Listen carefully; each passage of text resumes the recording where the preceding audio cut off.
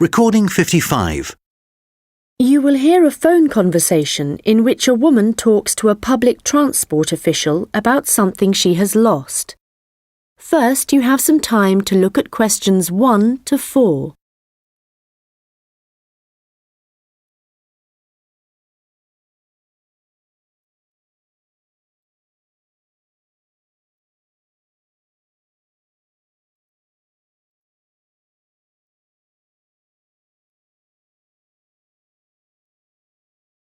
Hello, City Transport Lost Property. How can I help you? Oh, hello.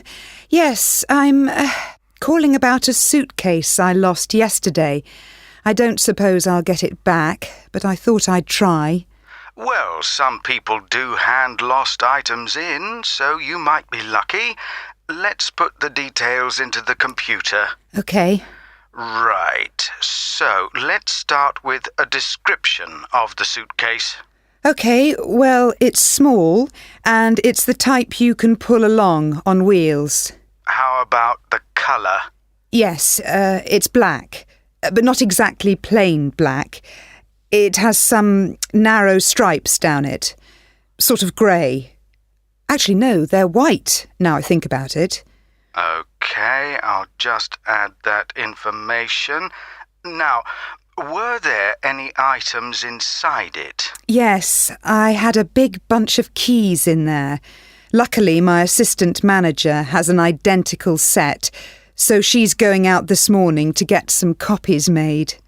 So, therefore, your office? That's right. My house keys were in my pocket, thank goodness. Anything else? There were a lot of documents, but they're saved on my laptop anyway, so they don't matter so much. But the thing I'm really worried about, I haven't even taken it out of the box yet, is a camera I just bought. That's really why I'm calling. I can't believe I've lost it already. I see. Well, let's hope we can find it for you. Was there anything else? I don't think so.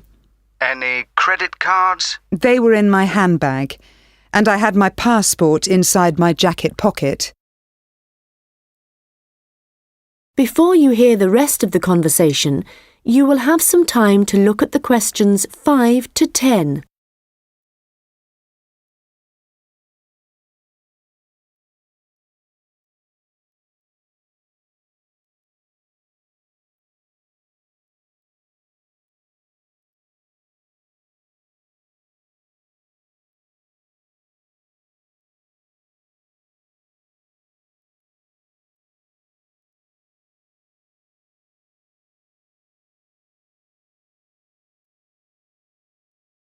Now listen and answer questions 5 to 10. Money, clothing, any personal items? Let me think. I had an umbrella. It was black. No, blue. But obviously that isn't as important as the other things. No, but it all helps us identify your property and get it back to you. Anyway, I just need to ask you for some basic details about your journey. So it was yesterday, was it? That's right. In the afternoon. Around 2 p.m, maybe 2:30. OK, so that'd be May the 13th. Yes. I was heading to Highbury. That's where I live. All right, and you mentioned a passport, I think. So you were coming from the airport, I presume? Yes, and I was looking forward to getting home so much, and what with being tired and everything, I think that's why I just forgot about the case. And how were you travelling when you lost your property? What kind of transport were you using? I thought about getting the train, but that would have meant a bus journey as well, and I couldn't be bothered. So I decided to take a taxi eventually. That's where I must have left it. Well, that's good news in a way. It's more likely that a driver would have found it and handed it in. I hope so. Well, I need your personal details now. Can I have your full name, please? Yes, it's Lisa Docherty. I'll spell that for you. It's Docherty. Thank you. And next, if I could have your address, the best address to send you the property if we manage to locate it. Sure, it's number 15A, River Road. And that's Highbury, as I said. Thank you. Just a moment. There's just one final thing. That's your phone number. I guess my mobile would be best. Hang on. I can never remember my own number. OK, I've got it. It's 07979 605 437. Very well. I think that's everything we need at this end. I'll have a look at the data on. That is the end of section 1. You now have half a minute to check your answers.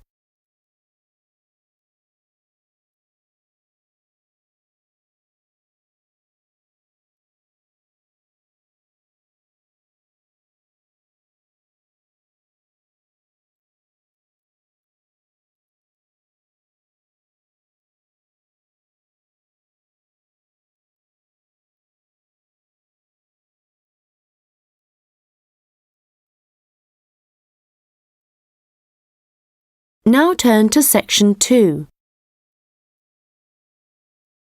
Recording 56. You will hear a tourist information officer explaining local walks to visitors. First, you have some time to look at questions 11 to 15.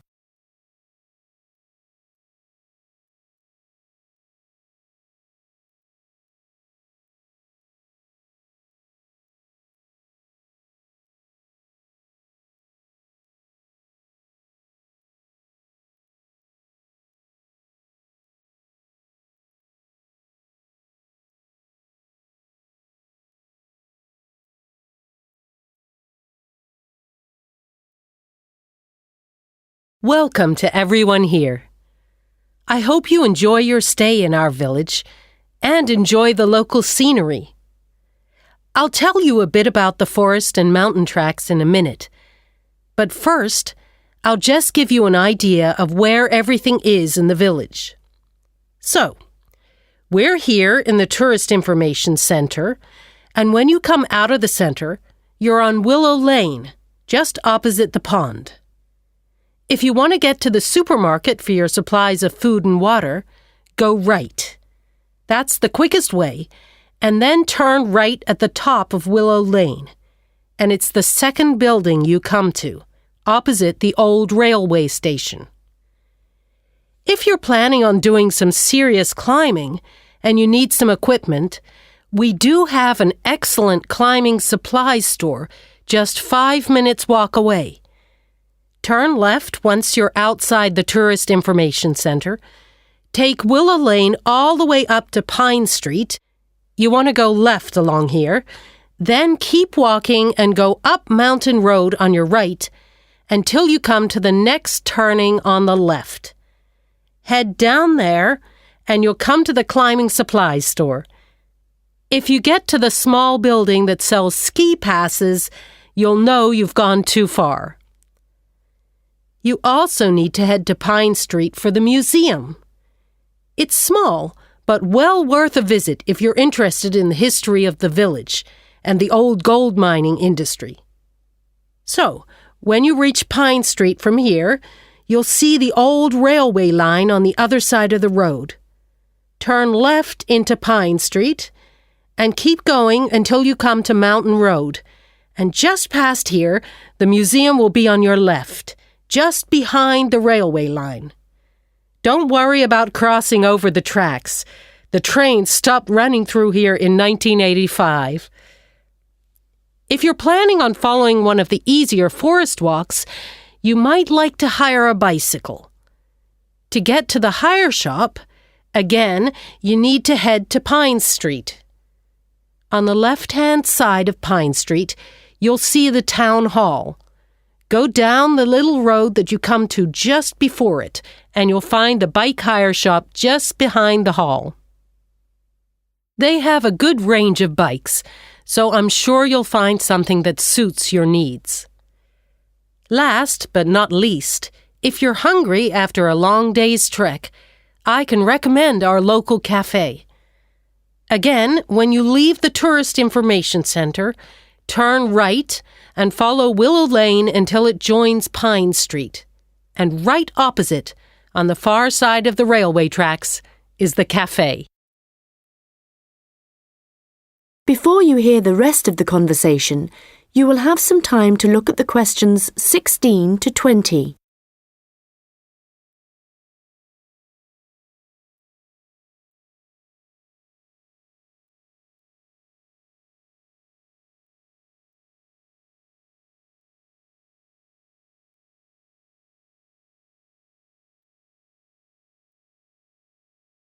Now listen and answer questions 16 to 20.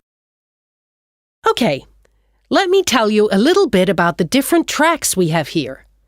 All of them start at the end of Mountain Road, and you'll find a parking lot there where you can leave your vehicles. Let's start with North Point Track. It's a gentle route through lowland forest, good for biking and probably the one for you if you have small children. There's a wooden hut where you can stay at the end of the track, but be aware that it's really just an overnight shelter, and you'll need to take your own sleeping bags and cooking equipment.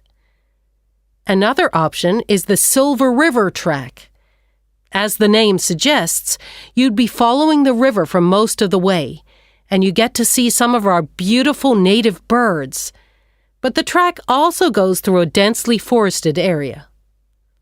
Unfortunately, the signposting isn't very good in places, and you do need good map reading skills to avoid becoming disoriented, which happens to visitors a little too frequently, I'm afraid. Valley Crossing will take you through some stunning scenery, but there are several points along the way where you'll need the level of fitness required to get over some pretty big rocks. Stonebridge is one of the shorter tracks, but very steep as it takes you up to the waterfall, and you do need to be in good condition to manage it. Lastly, the Henderson Ridge track will take you all the way to the summit of the mountain. Do bear in mind, though, that at this time of year the weather is very changeable, and if the cloud suddenly descends, it's all too easy to wander off the track. It's best to check with us for a weather report on the morning you think you want to go. On the way to the summit, there's a hotel which provides comfortable rooms and quality meals, so it's worth climbing all that. That is the end of section 2. You now have half a minute to check your answers.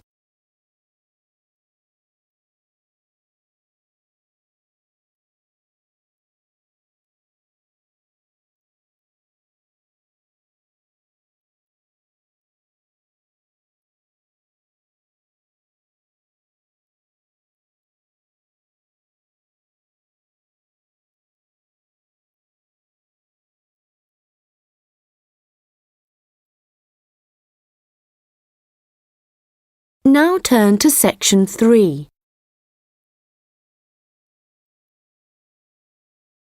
Recording 57. You will hear a student discussing his case study with his tutor. First, you have some time to look at questions 21 to 25.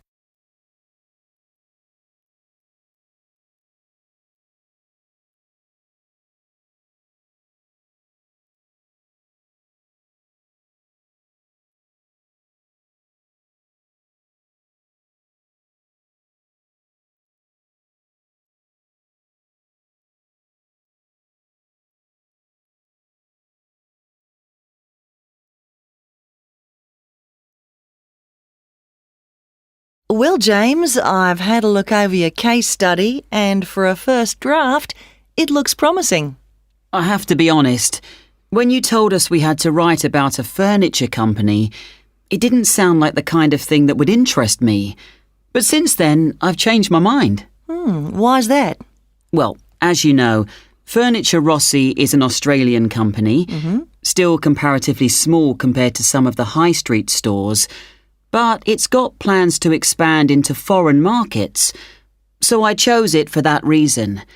It's going through a transition.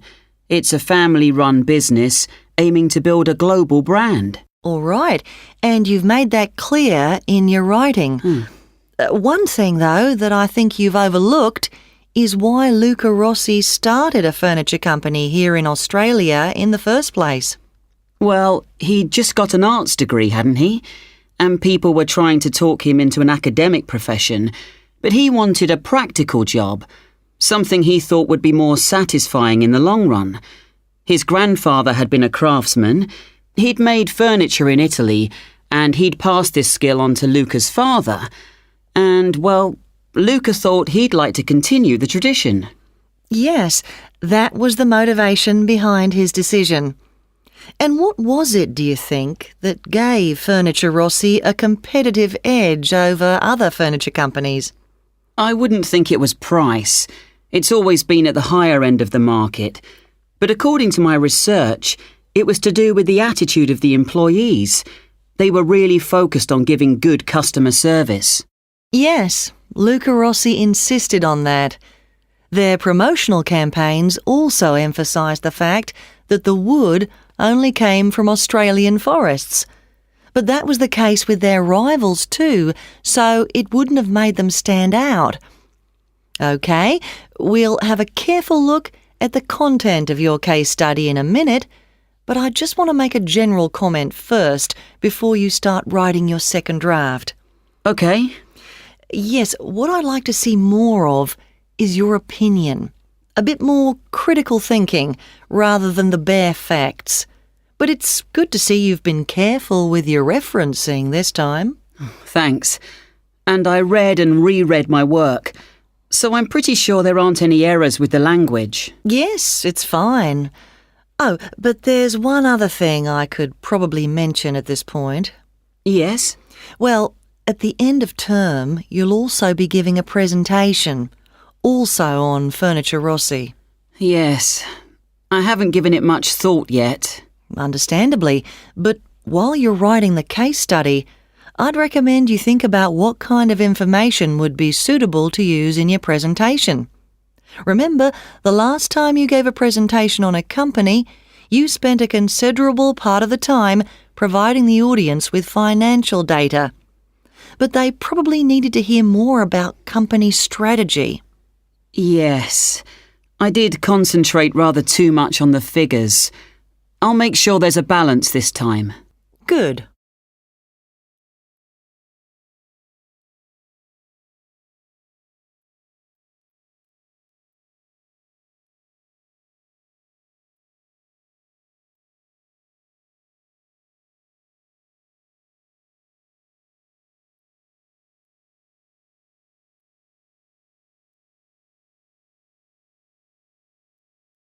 Now listen and answer questions 26 to 30. OK, so let's just think about the content of your case study, the history of Furniture Rossi. I see here in paragraph 4, you're talking about how Luca Rossi raised the capital for his new business venture. And then you're talking about the customer base growing much wider. But what was it that prompted this growth? Well, that was to do with the quality of the furniture products that the company was selling.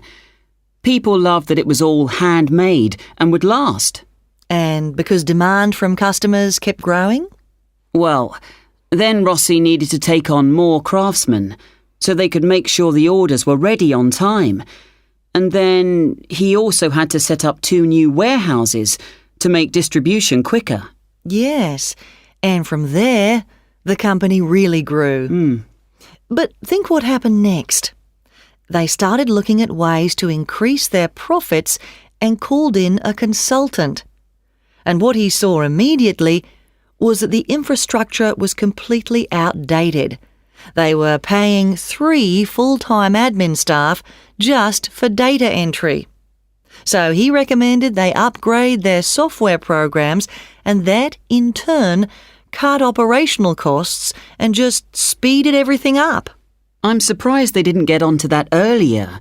But I suppose Luca Rossi was more interested in the design aspect, rather than the finance side of things. Yes, I imagine that's why he eventually turned the day-to-day running of the company over to his son.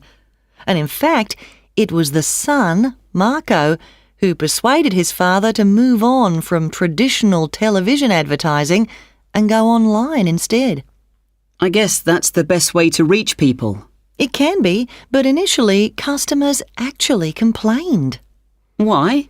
Well, some users found it hard to navigate their way around the website, so they were getting frustrated and giving up. So then the company called in a professional to improve it. Oh, I see. He must have done a good job. They've had a continuous 3-year rise in revenue, so things must be going well. Indeed. And what of the future? Well, I probably need to talk about this a bit more in the concluding paragraphs, don't I? Consumers are already aware of the quality of the furniture, that's for sure. But I think the company is aiming to publicise their values. The fact that they have respect for beauty, durability and functionality and the environment. A lot of companies are already... That is the end of section 3. You now have half a minute to check your answers.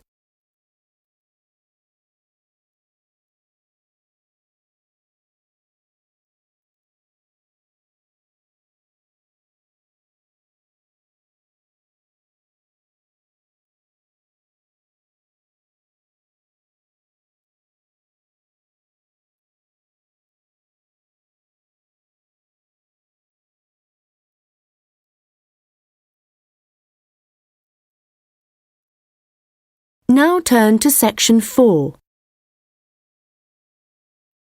Recording 58. You will hear a lecture about rock art. First, you have some time to look at questions 31 to 40.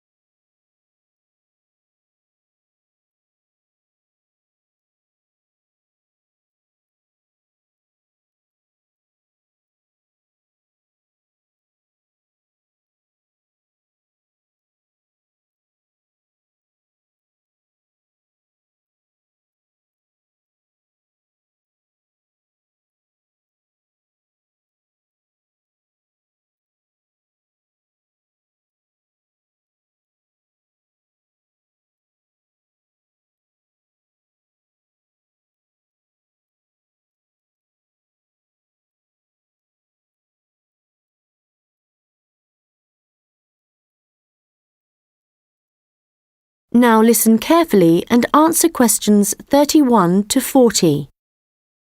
Hello everyone and welcome.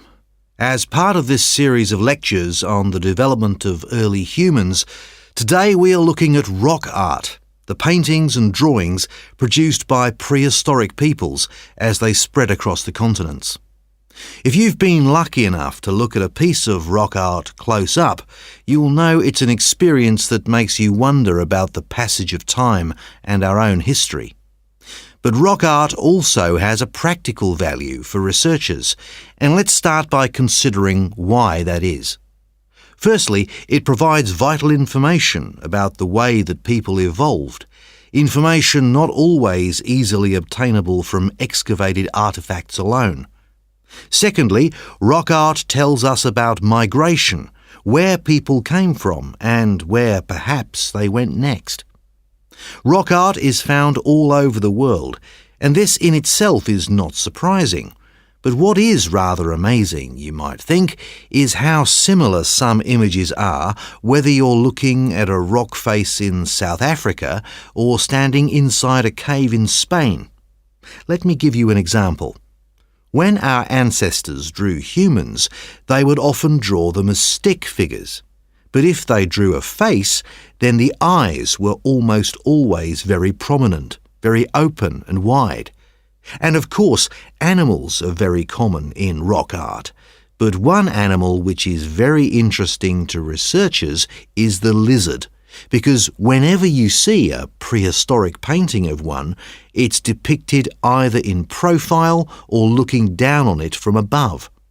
And these drawings are produced by people of totally different cultural backgrounds. Amazing.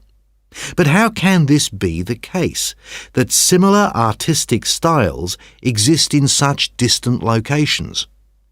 In the past, archaeologists believed that trade must have brought people together and that it gave them the opportunity to observe each other's culture, including art styles. But this didn't prove to be the case. Recently, researchers have come up with a new theory. They believe that the brains of our ancestors evolved to notice certain images before others, and this was important, actually essential, because in an environment full of constant danger, it was necessary for survival. So the need to quickly recognise things that could be helpful or harmful could have had a great influence on rock art and explain why some images are more common across cultures than others. Later on, there would have been other reasons why communities produced art, certainly for spiritual and social purposes, and no doubt for political ones too, as different tribes looked for allies and struggled against their enemies.